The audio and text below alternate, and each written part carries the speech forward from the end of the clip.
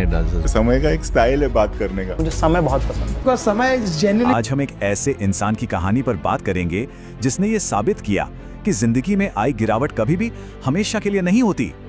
ये कहानी है समय रैना के जबरदस्त कमबैक की। हाल ही में उनका एक YouTube शो आया, स्टिल अलाइव। पता है उसे कितने लोगों ने देखा? 48 मिलियन, यानी कि लगभग 5 करोड़ लोग।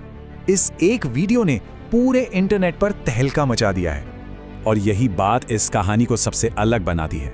ये सिर्फ कामयाबी की कहानी नहीं है, ये कहानी है एक वापसी की, एक ऐसे इंसान की जिसके लिए एक वक्त पर सब कुछ, बिल्कुल सब कुछ खिलाफ हो गया था। असम पुलिस अब समय रैना के पुणे वाले घर पहुंच गई है। इसका मुंबई सरकार एनकाउंटर करे। इसको ना तो उसकी सिक्योरिटी बचा पाएगी और ना कोई दुनिया की ताकत। तो चलिए इस वापसी की कहानी में थोड़ा और गहराई से उतरते हैं और समझने की कोशिश करते हैं कि कोई इंसान इतनी बड़ी गिरावट से उठकर वापस कैसे खड़ा होता है। देखिए, समय रैना सिर्फ एक कॉमेडियन नहीं है, वो एक माइंडसेट है, एक ऐसी सोच जो सिखाती है कि गिरकर उठा कैसे जाता है। और उनकी इस कहानी में हम सभी के लिए कुछ बहुत जरूरी सबक छिपे हैं।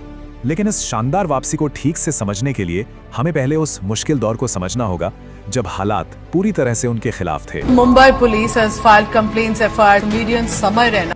बात है फरवरी 2025 की।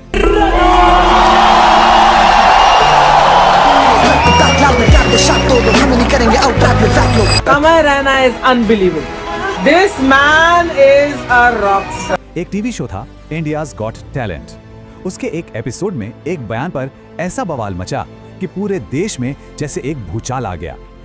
एक तरीके से कुछ चीजों को कहा गया है, प्रेजेंट किया गया। इस पर इतना जबरदस्त पब्लिक रिएक्शन हुआ कि समय रैना और बाकी पैनलिस्टों के खिलाफ एक के बाद एक कई FIR दर्ज हो गईं।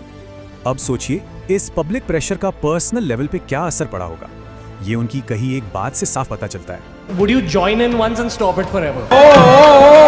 क्या हो गया रणवीर भाई? ये दिखाता है कि वो वक्त इमोशनली कितना ज्यादा मुश्किल था जब उन्हें ये तक सोचना पड़ा कि अपनी माँ का वीडियो कॉल कैसे उठाएं।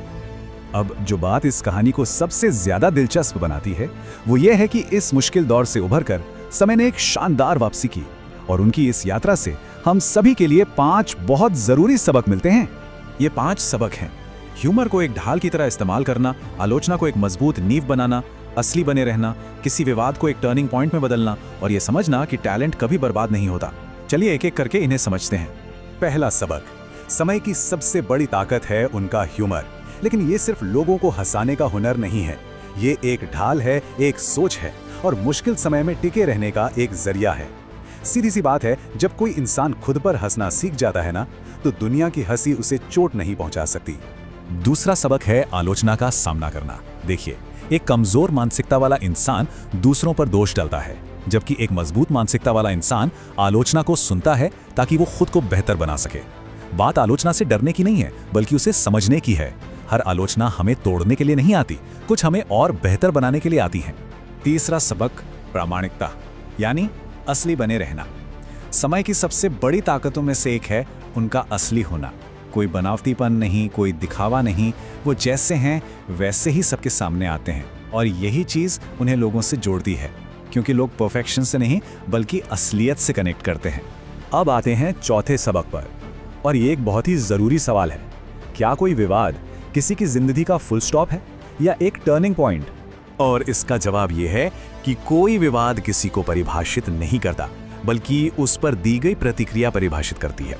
समय ने उस दबाव को अपनी ग्रोथ का ईंधन बना लिया। उन्होंने खुद को नेगेटिविटी में फंसने नहीं दिया, बल्कि अपने काम को और बेहतर किया और खुद को पहले से ज्यादा मजबूत बनाया। मैंने करी है प्रिंटिंग इंजीनियरिंग। 4 साल पढ़ाई करके मेरे को प्रिंट करना आता है। आप लोग को प्रिंट करना आता है? You are also printing engineers. और 5वां सबक ये कि कोई भी हुनर कभी बेकार नहीं जाता। समय ने चेस स्ट्रीमिंग से शुरुआत की थी, है ना? वहां से उन्होंने जो सब्र, जो स्ट्रैटेजीज और दबाव में सही फैसले लेना सीखा, वो सब कुछ उनकी जिंदगी के सबसे बड़े विवाद में सबसे ज्यादा काम आया। ये साबित करता है कि कोई भी स्किल कभी भी कहीं भी काम आ सकती है। तो इन सभी सबकों को जब हम एक साथ जोड़कर देखते हैं तो एक ही बात निकलकर सामने आती है जो बहुत शक्तिशाली है। अंत में जीत हालात की नहीं, मानसिकता की होती है। तो सबसे जरूरी बात यही है कि आखिर में फर्क सिर्फ टैलेंट से नहीं पड़ता, असली फर्क पड़ता है आपके रवैये से, आपकी लगन से और आपकी वापसी करने की जिद से। समय रैना की कहानी सिर्फ एक कॉमेडियन की कहानी नहीं है, ये एक ऐसी सोच की कहानी है जो गिरती तो है पर टूटती नहीं है। और आखिर में सोचने के लिए ये एक विचार है, खेल तब तक खत्म नहीं होता जब तक कोई खेलना बंद न कर दे। ये कहानी हमें याद दिलाती है कि हालात कितने भी मुश्किल क्यों ना हो, वापसी का रास्ता हमेशा खुला रहता है।